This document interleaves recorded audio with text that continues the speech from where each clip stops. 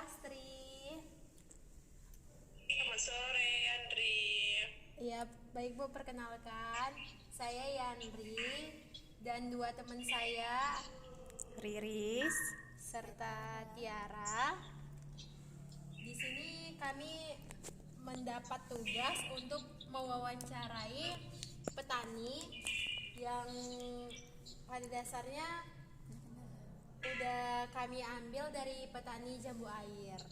Jadi kan Bu Asri sebagai petani jambu air mungkin bisa menjelaskan sedikit tentang kebunnya, Bu. Ya, boleh silakan. Akan saya beritahu apa yang saya ketahui. Jadi Bu, untuk kebun jambu air Ibu ada berapa luasnya gitu, Bu? Kalau untuk luasnya sendiri hanya sekitar 500 meter. 500 kali 500 atau sekitar setengah rantai. Baik Bu, dengan luas lahan yang setengah hektar itu berapa populasi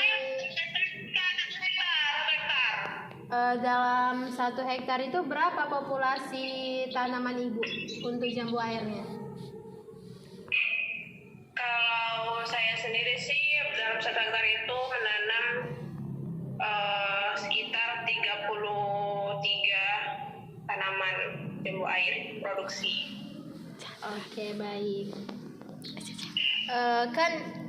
Ibu nggak bisa terbilang petani besar ya, masih petani kecil. Jadi kalau di kebun Ibu sendiri permasalahannya apa ya, Bu?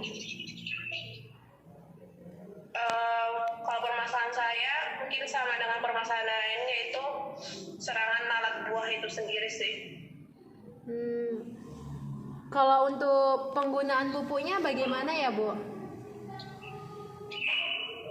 Kalau untuk penggunaan pupuknya, saya memang mengkombinasikan antara penggunaan pupuk organik maupun anorganik.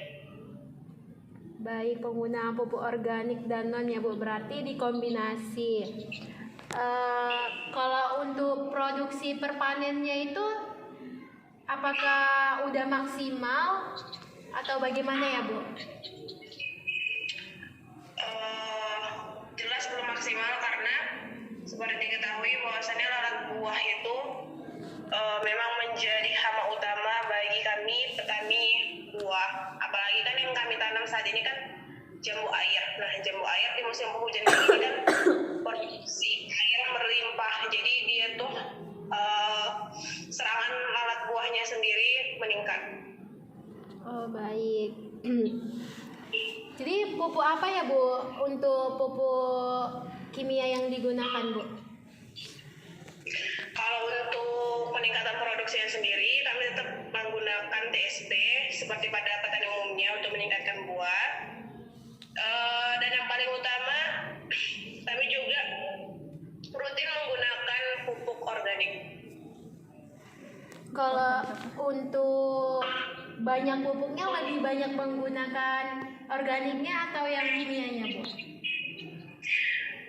Untuk penggunaannya lebih banyak menggunakan pupuk organik karena jelas semakin banyak pupuk organiknya, tingkat kesuburannya semakin baik. Seperti itu. Berarti Ibu lebih rutin ya menggunakan pupuk organik. Bu, jika Ibu menggunakan pupuk kimia itu biayanya menutupi nggak, Bu, pada saat Ibu panen? Jelas tidak menutupi. Oh, Makanya saya untuk menekan biaya produksi, saya lebih banyak menggunakan pupuk organik itu tadi.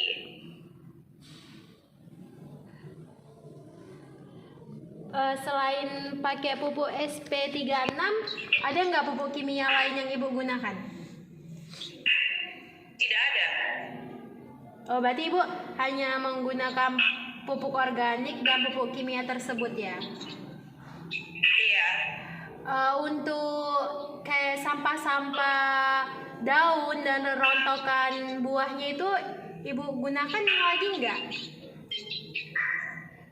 Sebenarnya sejauh ini belum saya gunakan karena kan saya merasa itu akan membuat semak gitu kan, istilahnya kan takutnya menambah tempat atau inang dari hama itu sendiri. Jadi emang keadaannya selalu saya bersihkan gitu. Sampah-sampah tersebut saya singkirkan. Baik Bu, jadi Ibu mencoba menggunakan pupuk SP36 itu sudah berapa lama ya Bu? Saya memang menggunakan pupuk SP36 itu mulai memasuki masa produksi atau pembungaan pada tanaman tersebut. Karena memang dari awal saya lebih ke organiknya sih. Oh, baik. Jadi tanaman Ibu udah umur berapa tahun ya Bu? Kalau ibaratnya dari mulai awal pembudidayaan, saya sudah membudidayakan tanaman jambu tersebut sudah berjalan sekitar 5 tahun. Oh, sudah 5 tahun ya. Baik. Oke Bu, kami udah dapat bagaimana permasalahan Ibu. Jadi kami ada sedikit saran untuk kebun Ibu. Jadi sebenarnya Bu, buahnya itu bisa digunakan untuk pupuk organik cair ya Bu. Jadi bisa digunakan sebagai pupuk ekoenzim. Jadi agar limbahnya itu enggak banyak di kebun dan tidak membuat serangan hama lain jika ditumpuk gitu. Terus untuk dedaunannya mungkin itu bisa dikubur ya Bu, agar enggak berserak dan menjadi pupuk kompos di kebun Ibu sendiri. Mungkin sekian Bu untuk wawancara kami pada sore hari ini. Maaf jika mengganggu waktunya. Semoga hari Ibu selalu bahagia. Kami mengucapkan terima kasih. Wassalamualaikum warahmatullahi wabarakatuh. Waalaikumsalam warahmatullahi wabarakatuh.